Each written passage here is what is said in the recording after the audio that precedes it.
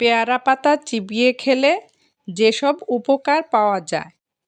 আপনার যদি হজম এবং অ্যাসিডিটির সমস্যা থাকে, তবে পেয়ারা পাতা আপনাকে এই অবস্থার উন্নতি করতে সাহায্য করতে পারে। পেটের সমস্যা হলে পেয়ারা পাতা ফুটিয়ে ওই পানি পান করলে উপকার পাওয়া যায়।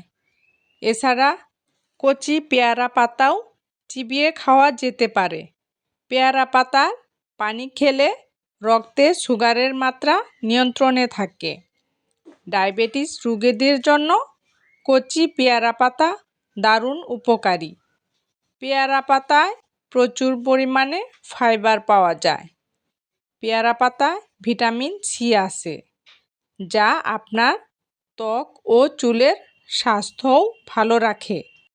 এছাড়া যাদের দাঁত ব্যথা করে, তারা পেয়ারা পাতা সিদ্ধ পানি হালকা কুসুম গরম করে সেটা দিয়ে কুলকুচি করলে দাঁত ব্যথাও কমে যায় ও দাঁতের গোড়া মজবুত করে।